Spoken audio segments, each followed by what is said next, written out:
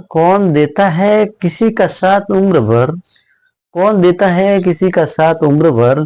लोग तो जनाजे में भी कंधे बदलते रहते हैं। नमस्ते दोस्तों, मैं हूं आपका दोस्त टीआर पूनिया। आज बड़ी कमाल की कहानी आपको सुनाने जा रहा हूं। एक राजा ने एक तोती को पाल रखा था। लंबे समय बाद वो तोती दो बच्चों को जन्म देती है। अब वो राजा एक स्पेशल नौकर रख दिया उस तोती की देखरेख के लिए, और बड़े मन से वो ध्यान दे रहा था।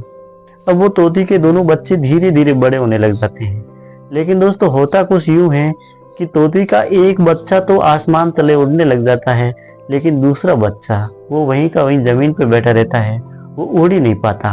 अब राजा इस बात से बहुत परेशान हो गया।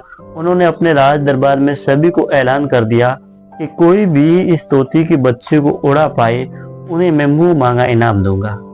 दोस्तों, फिर होता क्या है, अलग अलग लोग आते हैं, बहुत प्रयास करते हैं, लेकिन वो तोती का बच्चा तो उड़ ही नहीं पाता है। अब राजा परेशान सा हो जाता है। तभी वहां एक फट्टे पुराने कपड़े पहने हुए किसान आता है, और वो राजा से कहता है, राजा साहब, अगर आप कहो तो इस बच्चे को मैं उड़ा दूं।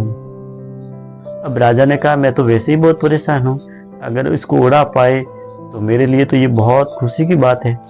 अब दोस्तों, होता कुछ यूं है कि वो किसान एक सेकंड में ही उस तोती के बच्चे को उड़ा देता है, और वो आसमान तले उड़ने लग जाती है। ये देखते ही दोस्तों, राजा, राजा के मंत्री और सभी लोग चकित रह जाते हैं कि ऐसा कैसे हो सकता है।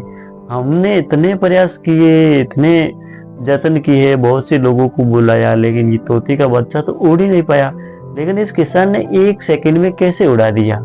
फिर वो किसान को राजा बुलाता है और पूछता है कि भाई बता, तुमने इस बच्चे को कैसे उड़ाया, क्या तरीका था तेरे पास।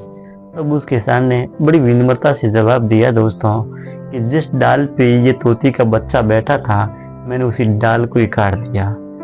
तो दोस्तों, छोटी सी कहानी है, लेकिन बड़ी कमाल की जानकारी देती है कि जिंदगी में कई बार हम ऐसो आराम में ऐसे दबे रहते हैं कि अपनी जिंदगी की उड़ान, जिंदगी में क्या सही है वो हकीकत कभी पहचान ही नहीं पाते हैं। और जिंदगी में बहुत कम लोगों के जीवन में ऐसे परम प्रिय मित्र या ऐसे गुरु मिलते हैं जो वो आरामता की डाल को काट सके और आसमान का खूबसूरत उड़ान का रास्ता दिखा सके। दोस्तों, फिर मिलूंगा एक नई कहानी के साथ। आपको ये कहानी अच्छी लगी है तो हमारे चैनल को सब्सक्राइब जरूर कर दीजिएगा। एक नई कहानी के साथ फिर हाजिर रहूंगा। तब तक नमस्कार, राम राम।